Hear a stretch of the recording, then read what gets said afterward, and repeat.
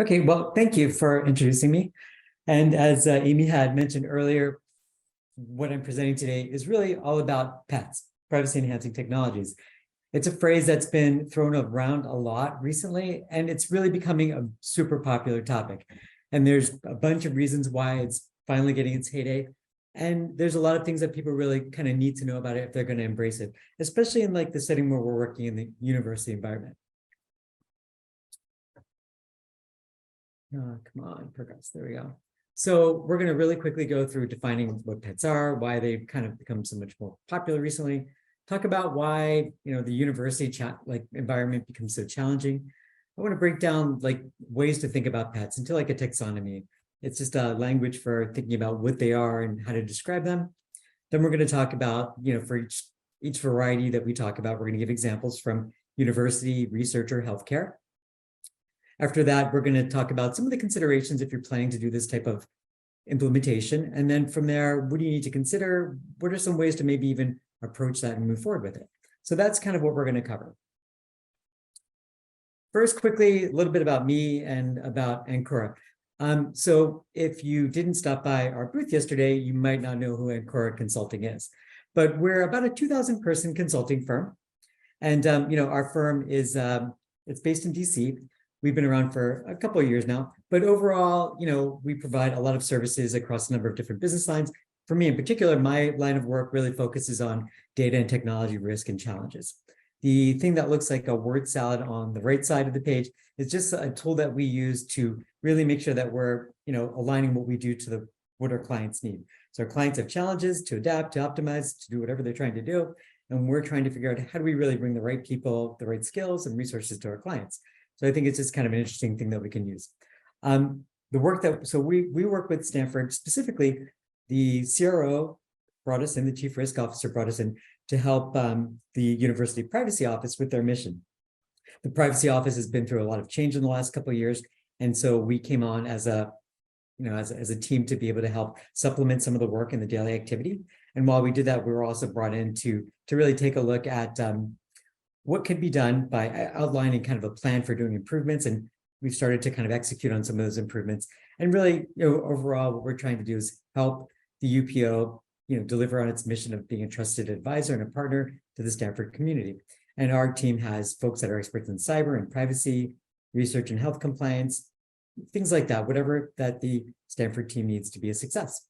So that's why we're involved here. And that's who Ancora is. So that just is a little background. So you guys don't spend the entire time wondering about who is this person and why is she here? All right, so moving into like defining pets. What are pets other than dogs and cats and all those fun things? So really, pet is just a great term for any technology that's designed or can be designed to help cultivate privacy and protect data. So it minimizes the risk of incidents occurring. And incidents are something that could corrupt the data, destroy it so it's not available, or could be used to harm someone. It could be disclosed, which can be very dangerous in its own right. So it can be problematic for a number of reasons. Some people like to more focused define PET, privacy enhancing technologies, as really just dealing with encryption and de-identification techniques. So really, how can we manipulate the data? How can we shield the data? But I think this more broad definition of looking at it in terms of not just really what we can do to change the data, to show the data, but like what techniques can we do to identify the data, to govern the data, really need to be included. And when the new technologies that are rolled out, a lot of times they can be harmful to privacy. If you're rolling out a new technology, it's like, privacy be darned, cyber be darned, we're just moving forward as quick as we can. So, technology can help or hurt. And it's really just about, where we sit on this whole structure and spectrum.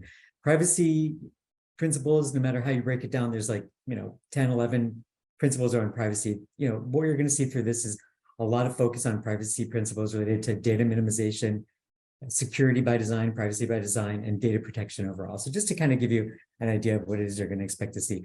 You can also kind of think of privacy enhancing technologies as like, how do you secure privacy? Because that's really, to some degree, what a lot of this is about. So why now? Why has this become like a big deal now? I've got a couple of headlines on this page. Gartner likes to predict things. And in this case, they're like, yeah, lots of people are going to be doing PETs in the near future. probably true. A headline that I just read in October is about quantum encryption is not just like a thing of the future. It's something that, Europe plans to implement in the next 2 years. So that's pretty wild. US, UK is really like they're trying to incent research into PETs. So there's competitions and prizes around those things. So that's pretty nifty. So those are all like some of the headlines. And then the two diagrams there really kind of represent like what's overall going on. Well, overall, it's getting more expensive to keep things private. Well, why is that? It's because it's really cheap to store stuff. You can communicate things so quickly. So it's just easy to hold on to data and just share it, right? Obviously, these things are very true. The value of data is market cap, and it's immense. Data is very valuable. The more you know, the more you know.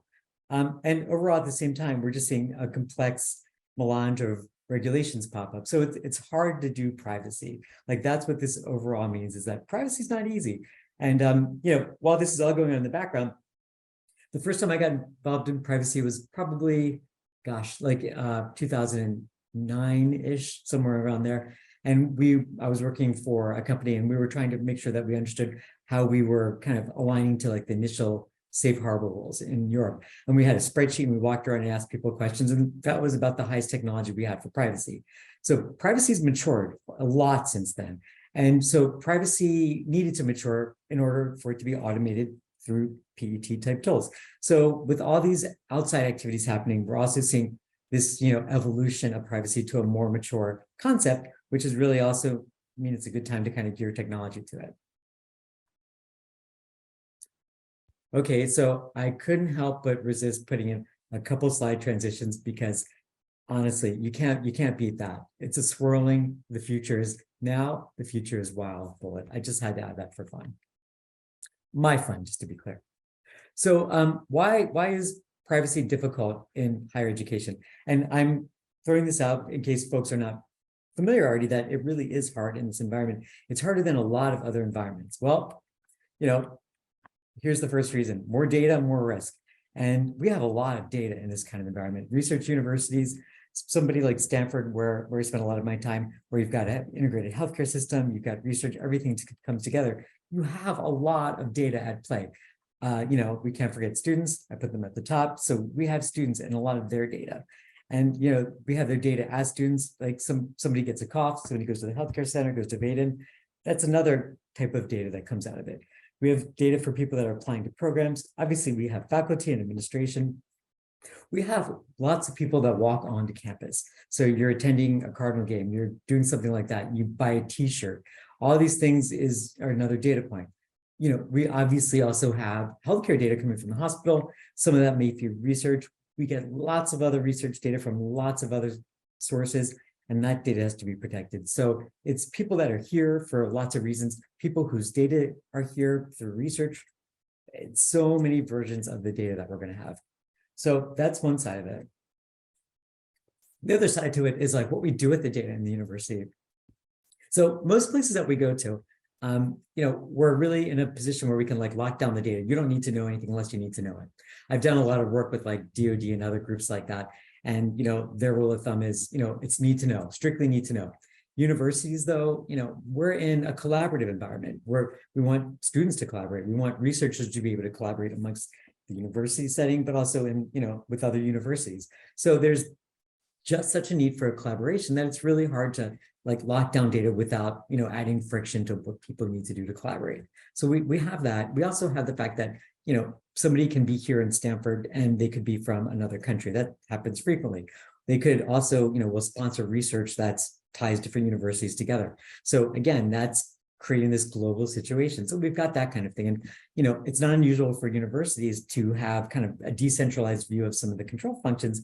So, Amy is our CISO, but there are also school CISOs, and there's a hospital CISO. And so these kinds of views, it makes it kind of a matrix relationship, which it's not a bad thing. It just adds some complexity to the situation. So we have these kinds of challenges here. We have the ability and the need sometimes to hold on to data for a long time in research. You might have a research study, a longitudinal study that we plan to hold data for somebody's lifetime even. And, hey, okay, we're going to secure it somewhere using Azure, using Google Cloud. That's cool. But, I can't imagine that in 50 years from now, that's still the right place to hold the data. Maybe it is, but maybe it's not. So we need to think kind of long-term. And this is just why it's so hard to do this stuff right.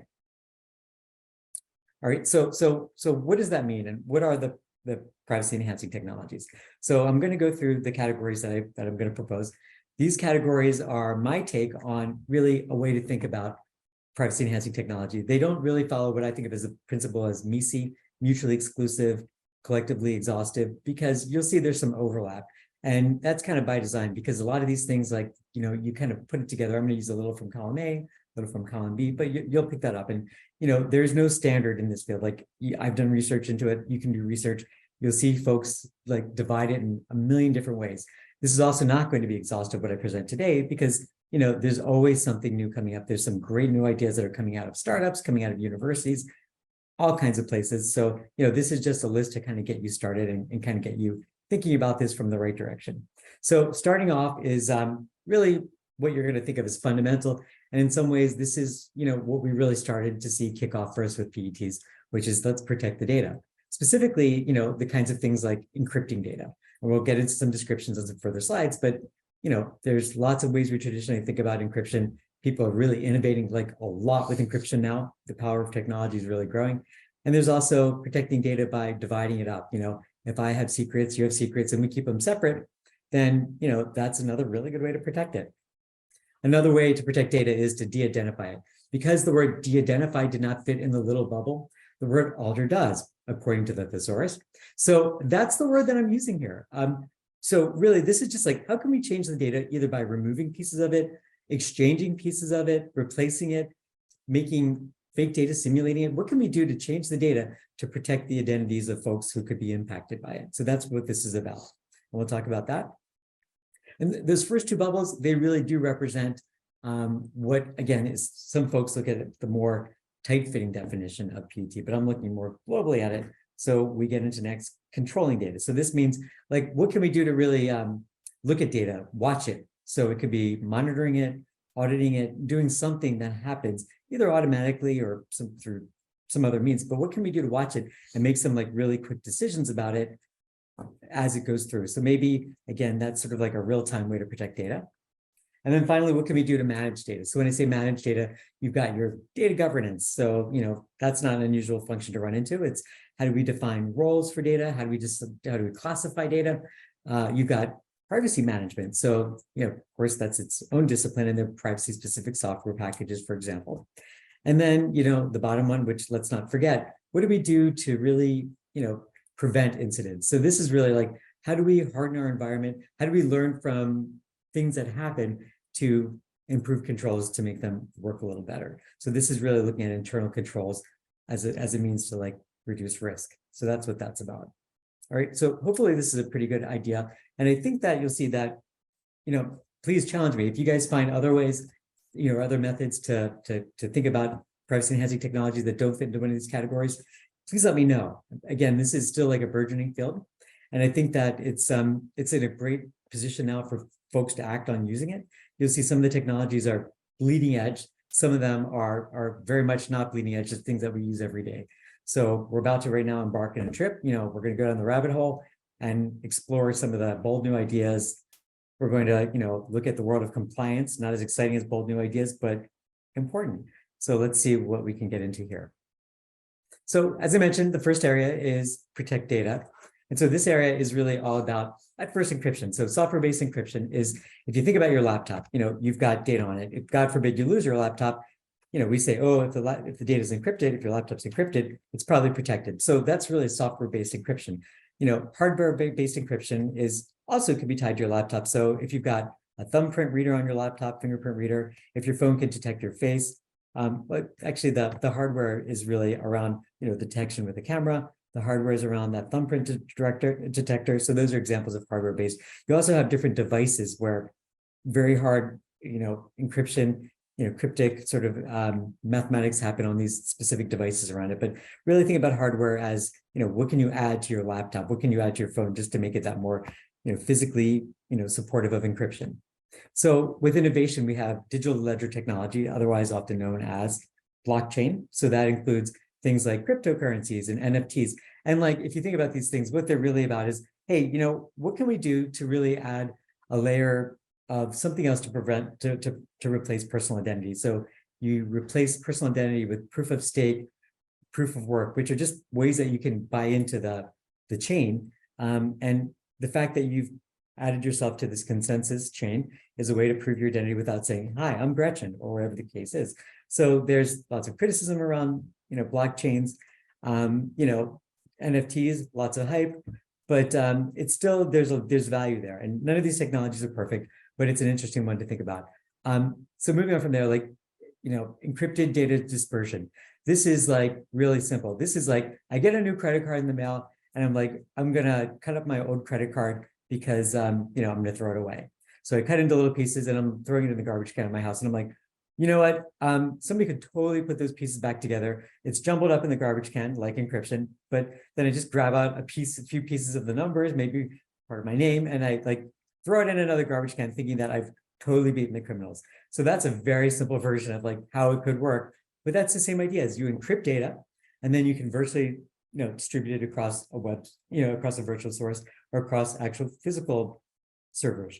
So that's what that is. Homomorphic encryption is something pretty cool. So, in general, when we talk about data and where it is, we talk about data at rest. So sitting on your laptop or somewhere, data in motion, sending it through the internet, or data in use. So, traditional encryption is around at rest and in motion. So homomorphic encryption is a method that's used to try to actually process data while it's encrypted. Usually, if I need to work on data, like if I'm looking at it on my computer, it has to decrypt it. I'm doing something, it saves it back and then it encrypts it. But the idea is, what if we can do functions on it with it still being encrypted? That sounds great, but there's limitations to it. It's actually kind of a slow process. Before you do this encryption, you have to decide like in advance, like what versions of it you're going to use. So it's like predetermined calculations involved, and I'm pretty sure a little dose of wizardry is involved too. Not a lot, but a little bit. That's just my guess. So, moving on from there, we have quantum encryption. As I mentioned, it's amazing that we're really talking about things like quantum encryption now, but at the heart of it is something that's extraordinarily cool, actually. So this is like, one of the principles when you're looking at anything with quantum physics is that, when you're observing the nature of quantum particles, the nature of those particles change. So if like Amy and I were to share a secret, hence, the concept of encryption and public secrets that you share, if somebody, a third party tried to eavesdrop on that secret, it would create anomalies because suddenly the nature of that system would change because somebody's trying to peep at us. So that's pretty cool. And it looks like it's a very positive direction. It looks like it's going to work really well. Moving on, edge storage. This is really simply, hey, you got your phone in your pocket, you've got an app on it. So the app sometimes can, hold your data on your phone, and what you see happening, it interacts with another server, but it doesn't really share anything about you, your phone, where you are with whatever that server is. It just keeps everything on your phone. So that's kind of like how edge storage and processing can happen versus, it could just simply be using your phone to go to a website, but all the processing that happens if you're ordering something from the website would happen, wherever you're making that order. So from there, we have the next one, which is confidential computing. I actually had a great talk yesterday at the expo where somebody came in who was working with a startup, and they're really trying to work into confidential computing, which is kind of cool. It's a really good example of one of these mixtures. So confidential computing uses homomorphic encryption and something called trusted execution environment. So the idea is we're going to keep everything as encrypted as possible, but we're also going to put it in this like this environment that's protected by hardware-based encryption. So it's like, encryption on encryption on encryption sort of thing to protect computations. And it's supposed to get rid of some of the limitations of homomorphic, but it's still at the forefront. And there's still, issues about, hey, is it going to follow all of our needs for, regulatory compliance? Is it going to follow other needs we have to protect information? After that, secure multi-party computing. So secure multi-party is just like an environment where you like, if you're using like one session ID to get on your laptop, and then you go and you do other things and your ID follows you around. It's kind of like that. The idea is like you log in once and you can keep things secret from there, but it's also about keeping things secret amongst multiple parties. So the idea is that like if we have a lot of data to compute and we need to keep it local, we can basically compute it locally, but then pull the information learning together into one location. I mean, that's kind of a way to think about it. It minimizes data by minimizing what you have to share, amongst similar data sets that are spread apart. And then finally, federated learning is not unrelated to the other ones. This is like, if you're trying to train Siri to understand your voice, that would be an example. Like the learning takes place on your phone. How it learns, like some of that AI learning may go back to the overall, mother algorithm at Apple, but overall the learning happens locally. All right, so now I want to give you some examples. I'm going to go through each of these, 4 areas, protect, alter, et cetera, and give you a couple examples here and there from, some of the things that we see in research and healthcare and universities, and examples of the kinds of technology that might be appropriate to like help address these issues. First one, easy one, something that we're all familiar with. I assume everybody's heard of COVID. So, there's been a lot of different software out there to, make sure that folks are aware of if they've been exposed to COVID, for reporting exposure, for tracking exposure, that kind of thing. So there are different approaches for that. And we just talked about really some of them when it deals with, edge storage and processing. So the idea is like, hey, especially in the US, more so than in other countries, we have concerns about these big tech companies holding our data. So having it centralized is kind of scary, but it's also, we worry about the government sometimes seeing it. So that's why the US has been more interested in having these, edge storage solutions for COVID testing. So in these exposure apps, what happens is, if you're in an area where there's exposure, you're not sharing your information with a server. Somebody else who reported that they got COVID and they were in that area, they're not sharing that, hey, it was Gretchen, I got COVID and I was in these 10 places yesterday. It doesn't work like that. It just anonymizes the data, and it basically keeps everything personal about you on your phone. So your phone knows what's up and knows who you are, but all the personal stuff that's really needed to protect other people, it doesn't need to know that Gretchen's the one who got, somebody else here and infected. It just needs to know that you're at risk of being infected. So that's an example of how we use edge storage. Another example here is, and this is not unusual, a lot of the research that we help folks like assess the risk related to is going to be like multi-university research. And, there are plenty of examples I could give where some of these universities are spread all over the world. There are a lot of security and privacy related laws, data protection and privacy, that really talk about, hey, we want to keep the data in this country. We don't trust country X for country Y to protect the data rate. So what do? We need to find a way to share the data and learn things about the data without actually ever moving it around, and so that's where you get into secure multi-party computation. Makes sense, right? And then finally, another example would be if you have folks who are going through treatment actively for God forbid, for cancer. And so as they're going through treatment for cancer, there's a researcher who has a reason why they need to get some information about the protocols that these folks are going through. And for whatever reason, they don't have a HIPAA waiver for this data as it is. So what instead they could do is they could use some form of homomorphic encryption. So basically what that means is that, they tell the folks setting up the technology in advance, so here's what I need to know about this population and about the protocols that they're using. And so let's calculate the data, and we always would keep it encrypted, and keeping it encrypted will help us to make sure that we're doing everything to protect the data and to follow the rules of HIPAA. So this is an example where homomorphic encryption could be used.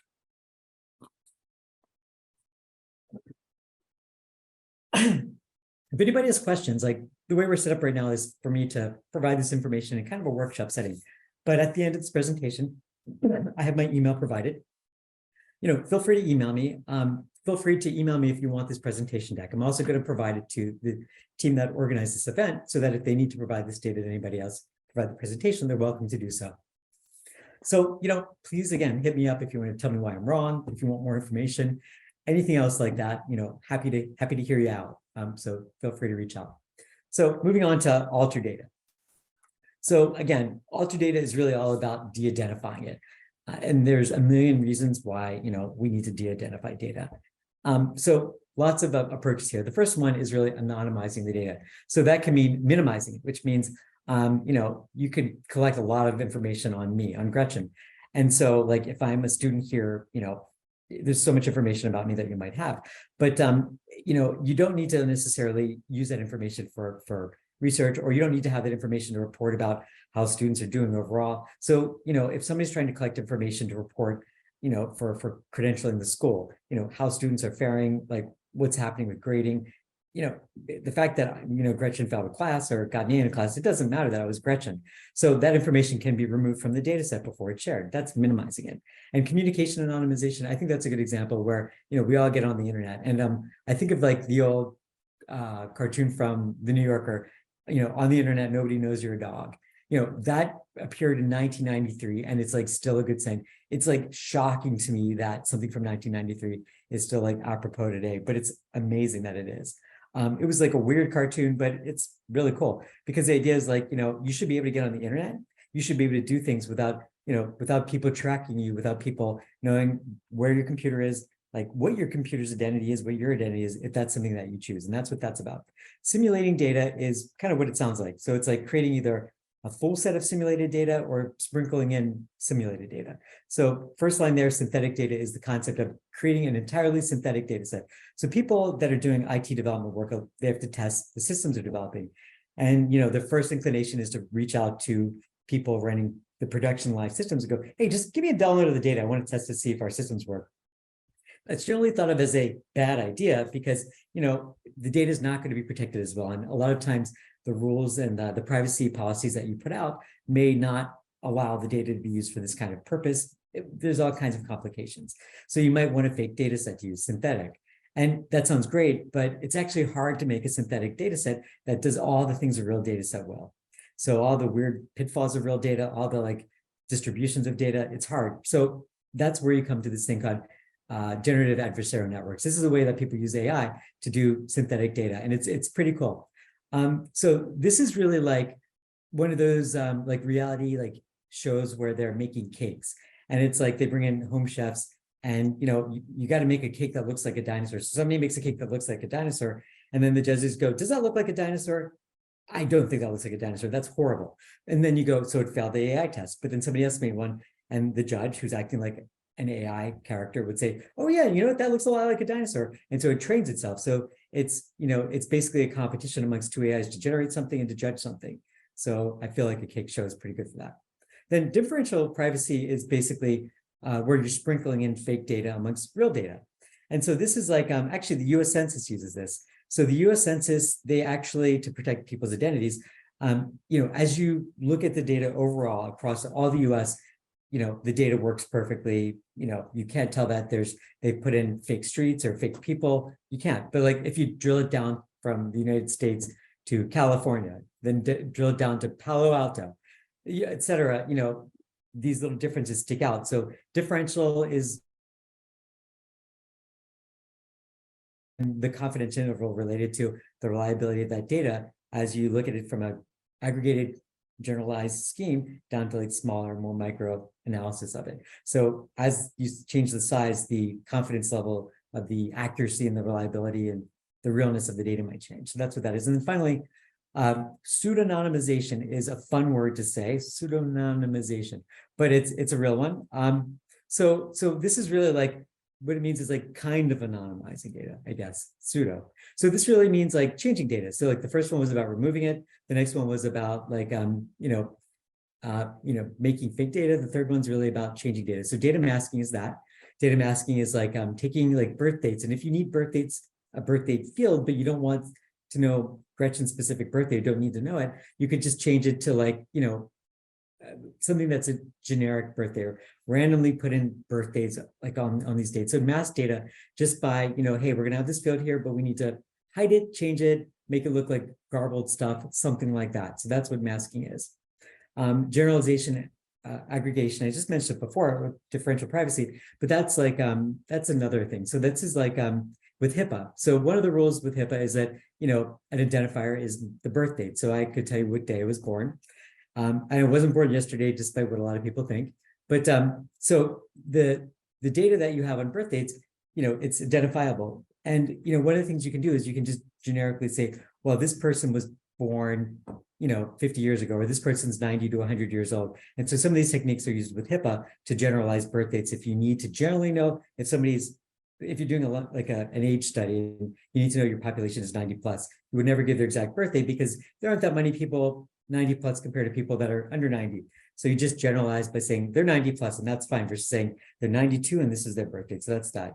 Tokenization is really often it's about like changing a field, changing a personal piece of information to make it into like a token. So if you think token and technology, you think encryption, and that's really what it's about, is creating some sort of hash token. And so the really good thing about this is that it's usually like reversible. So a lot of times with de-identification, you worry about re-identification. But this is a case where you kind of want re-identification. So there's a lot of reasons why you're going to want to be able to recreate, oh yeah, who was that? Because you might be using a data set in the future for another purpose. You might need to, respond to people's requests for access to the data, all kinds of stuff like that. Then finally, and this is sort of, this is a derivation of tokenization, is privacy preserving record linkage. So that means that one time, I come into the university system and I get a digital ID. So then this digital ID might follow through any data set that's related to me. So I go and get healthcare at Vaden Health Center here. And so, instead of their systems recording my name, it could record this digital ID, this token. And then, if my data is used in a study, or if I've agreed for my data to do something else, it would follow it, so that if I ever need to, go, hey, where's my data? What have you used it for? It's just a way to recall the data all at one time. So going into a couple examples around that, really quickly, this is a couple. One is like, we have cell phones, and, the fact that everybody carries one and is glued to it is amazing. And, the potential is huge. So, there have been a number of studies that we've run across where people are being asked to use their cell phone to do something. So there's one study where it's like you have to use your camera to record you doing something at home, because this is going to be used by researchers to judge basically a kind of pain. And so like that's an example. Another example is like, hey, if I take a picture of like something on my arm that looks like a wound, hey, does it look like a chicken pox? Does it look like a monkey pox? Does it look like God knows what? Shingles? Something like that. But anytime I do one of these pictures, like what if the thing that I'm taking a picture of is on my face and you can see my face? That's pretty identifying. What if, I'm doing a video of me for a research project and, somebody I know walks through the background, or in the background is, a picture of my kids, or my, I don't know, something else, stuff like that. So the idea is that all these things could be used for research. But right now, a lot of times people who are using it for research have to manually look at each of these data records before they can be uploaded to the research set, so that they can manually mask or clear out things that are personal. That's tough. So AI is being trained more and more to try to do the data masking. Right now, AI is not perfect at it, but it's something that we're trying to see happen, so that AI can go in and say, well, that's an MRI scan, and those look like words like, a plate on the scan or a plate on an X-ray scan. We can just, very much just blot those out so they don't look like anything. But AI is not perfect at it. The next example is really dealing with data requests. So through GDPR in Europe, somebody can say, hey, where's my data? Where have you used it? So we have folks that might be patients or have been patients at the hospital, and they've agreed to have their research used in studies. So right now, a lot of times we have to actually, figure out, hey, where's their data been used for research? And then reach out to the PIs. If, and if it's been a while ago, it may take a while to find those PIs and say, hey, who did you share the research data with? Was it any other universities? Has anybody else seen it? So we can give people an accurate view of it. So moving on from there, data control and analysis. So really, this is about, doing a couple of things, discovering data. So using tools to like automatically scan websites to say, hey, are we exposing data through different databases that might be exposed to the outside world, as an example? Another thing is doing data mapping. So it's something, for example, we're doing right now at Stanford, where we're really looking across different kinds of data to take a look at, hey, we're concerned about HIPAA data. Who uses it? Where does it come into the system? And we can follow scenarios. Okay, it comes in here. Where might it be used for insurance or for this purpose? So we can follow it. That's mapping data.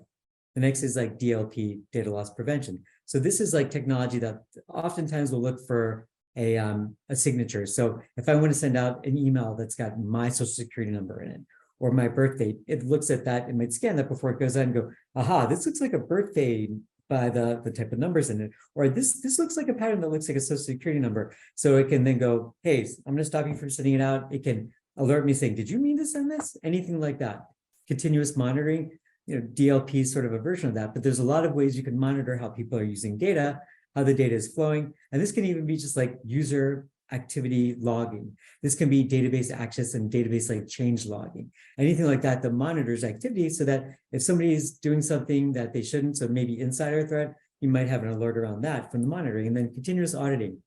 It is what it sounds like. where it's not necessarily the same real-time activity where you go, aha, and stop it live, but it's something where you can follow up and like nab it to look for patterns of weird behavior. And then finally, dynamic masking is, if I only have access to certain data and I need that data for certain purposes, my digital ID, so basically when I log in, my ID can say, oh, this is Gretchen. Gretchen doesn't have access to this kind of data from these people. She only has access to this kind of data. So it limits it. Like, for example, I run a team of people. If I want to look up in my people system information about how my people are performing, it's going to filter out all the other people that are not on my team where I don't have a need to know and just look at my people. So that's a way to control data and only show me what I have authority to see.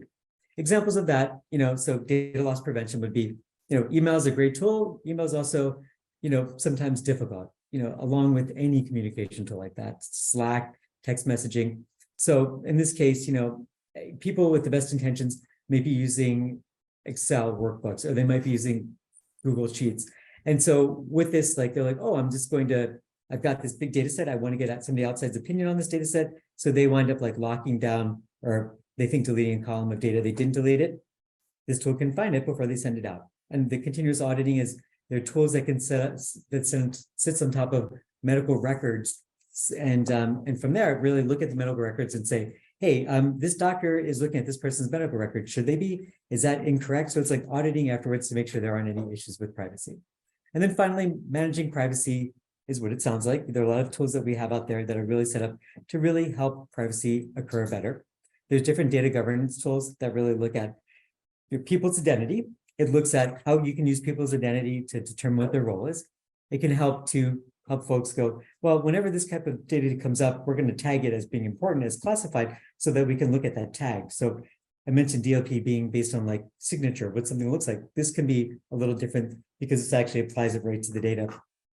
And then finally, data governance. And then finally, managing risk. So this is like hardening configurations. So, maybe you got a problem with data getting out where it doesn't belong because you haven't secured it properly. So that's like going through and making sure that people with laptops who don't need administrative access to the laptops don't have it. So locking it down, hardening it. Another one is segregating duties. So, maybe there's certain functions that I shouldn't be able to do on my own.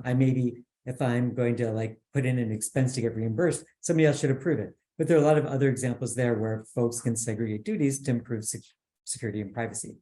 So examples here are going to be real quickly around, we at the university here will get, trends of requests for deleting data. So somebody's applied to the school, they've filled out all this application information and they don't get in. If they don't get in, then, they may not want the university to hold their data. So we might get, after a cycle, a bunch of people asking, hey, could you delete my data? And going through and doing this one by one can be difficult, but we can use some of the privacy technology we have to automate the process. And this automated process flow can look for this kind of request coming in, identify the type of request, identify where the data is and pull it through. Another example is going to be mail merge. So if you're using Microsoft Outlook, you have to send out 100, I mentioned about applicants before, 100, 200 rejection notices. And, so you've got the folks who unfortunately didn't get in, you've got these letters explaining it, you merge it. It sounds easy, but a lot of people mess it up. So segregating duty would be really making it so that, instead of making it so anybody can use mail merge, maybe only the people in IT can do it. So when you want to do it, you just call the help desk up, give them the list of names, give them the letter, and they send it out for you. Real simple example. And another example here is, technology changes all the time. So Google Analytics is used by a lot of folks who put out cookies. Google Analytics is good for tracking what happens with your website, what's going on with the traffic, where people go. But an earlier version of Google Analytics by default would not anonymize traffic. I mentioned anonymization before. So by default, it would send what is the IP address of the person who's communicating, what's their computer address or their phone IMEI address. But now the new version, it actually anonymizes it by default. So we can actually use these notification engines to actually take a look at like, hey, where is this plugged in our environment? Where do we actually use this plugin called Google Analytics? And where is it Analytics version 3? And can we actually do a push to like make this update so that we can really follow what we're saying in our cookie notifications?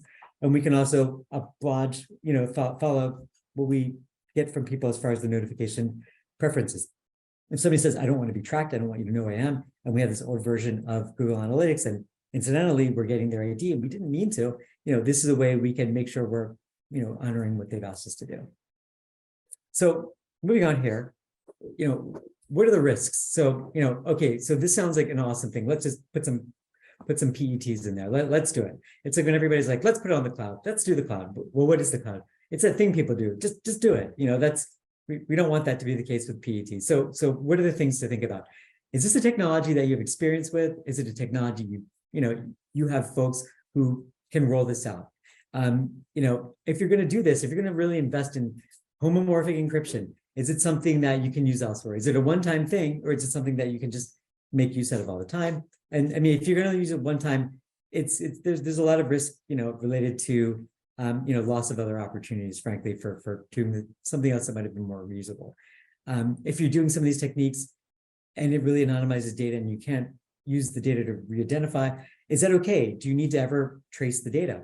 These are all the kinds of things. I don't need to read everything on this page, but you get the idea. And then the final one, though, I mentioned shadow privacy. This is a term that I came up with because, really shadow privacy is sort of like shadow IT. Shadow IT is a common phrase. Shadow IT is the difference between what you give people technology-wise to do their job and what they need technology-wise to do their job. So if they feel like central IT is not doing, enough to help them with their job, they go, screw it, I'm just going to get my own IT. So this is the same idea. It's like, if you put a privacy protocol in place, will people use it? Or if they're like, I don't like working with the privacy team, I'm just going to figure this out on my own, and it's probably compliant. That's not what you want. You want solutions that are convenient enough, that are sensible enough that people will flock to them versus run for them. So adopting, what can be hard about adopting? Lots of things can be hard about adopting stuff. So what does it look like? So this is kind of an idea of like what that looks like.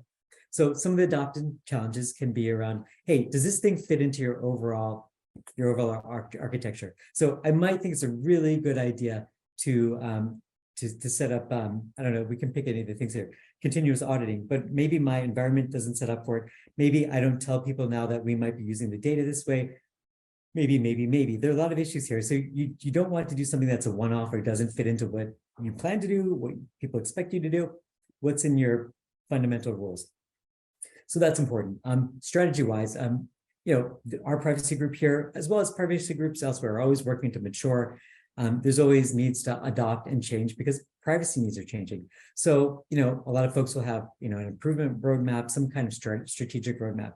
Does this fit into that roadmap? If you do this, is something else going to have to take a side seat? What happens to that? You've got to adjust your priorities, obviously, as necessary. So you have to consider a lot of these things. Something very, very important is, hey, I think this is a great technology. I think everybody's going to love it. Well, that's great, but will your regulators love it? Will your partners love it? So, we can do certain things one-off. We're going to choose to use, like, making this choice up, like OneTrust to monitor cookie preferences and to record those preferences. Okay, cool. We could do that on our own.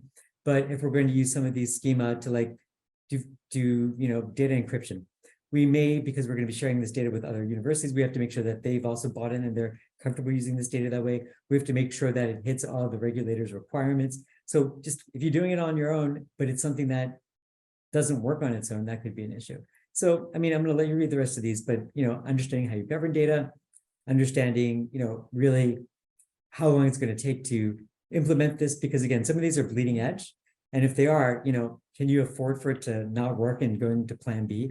If you can't afford that, then maybe you need to punt for now and wait on that one. So just some things to consider. So I wanted to give this as an example of like, I mentioned like, you have a strategy roadmap. So when my team comes into an organization, this is how we usually talk to folks about, hey, if you're going to evaluate privacy, like what are the steps for evaluating it? Well, maybe assessing where you are using a maturity model like NIST-P, which is, the NIST guidelines for P for privacy. So from there, you need to maybe further or identify where folks are using data. So do data mapping again. So all these are steps here on the slide. So we go through this process to help folks really understand where what are the steps that we need to do. And, you don't necessarily get into records management before you decide on governance choices, things like that. You can't necessarily update your policies before you understand what data you have. If we didn't have anybody that, if we had nothing dealing with healthcare, which we have plenty that deals with it, would we have to worry about HIPAA? If we didn't have anything tied to California, would we worry about California laws? So things happen in order, and it's an important part of the decision process is knowing where you are on this spectrum, knowing where you are based on the maturity framework. So early on in this will help you understand which of these you'll have most success with, which will really fit you and your community best. Then finally, last page here of content is really around the project charter. So this, I think, is a really important tool.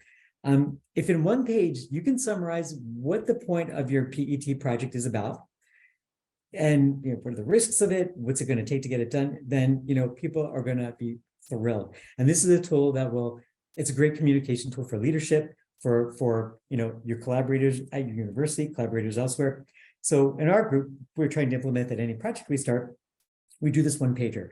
If you think about your project and you're like, wow, this is so complex, this would take 10 pages to describe, then you need to sit back and think about it a little clearer, because this is not trying to collect the nuts and bolts, high level stuff here. So it makes you think through it and really just get your vision down solid.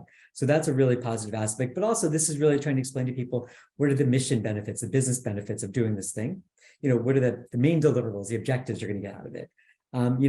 Like, how did this come up? What's the background? What are the issues? If we don't do this, then how are we going to do this? Derived benefits might be, again, how can we use this for something else? Like maybe this is going to help us solve one problem, but also it's going to automate something where we spend a lot of manual effort right now. So it's going to also make us faster, not just better at this one thing. And if we don't do it, there's always that risk if we don't do it. So if we don't use homomorphic encryption, then our risk is blah, because this is so sensitive. We have this other risk, and that's important because it might give people other ideas about what to think about. And then again, is this strategic? Is this expensive? Is it hard to do? If it's hard, it can be risky. So things like that. Is it, once you've got it done, what's the cost of ownership? So not just the cost to do the project, ongoing, and who's involved, have they bought in? So if we're leading a project, if other groups are leading one, they don't have a charter, we to develop one and share with them to see if our understanding is right before we jump in. So I highly recommend this tool as a way to embed communication into what we do. So here's my email address, gretchen.ruck@encore.com. I also have gdruck@stanford.edu. Either way, you're welcome to reach out to me. That's my own pet right there, my little Papasaurus. I recommend that you look into these techniques. Again, they're everywhere from super mature to brand new and, everything in between. If you want to copy these slides, if you have questions, happy to get into depth. 45 minutes, not a lot of time to talk about the technology, the nuts and bolts, but I'm hoping that this was helpful for everyone today and you enjoyed it. Thanks so much.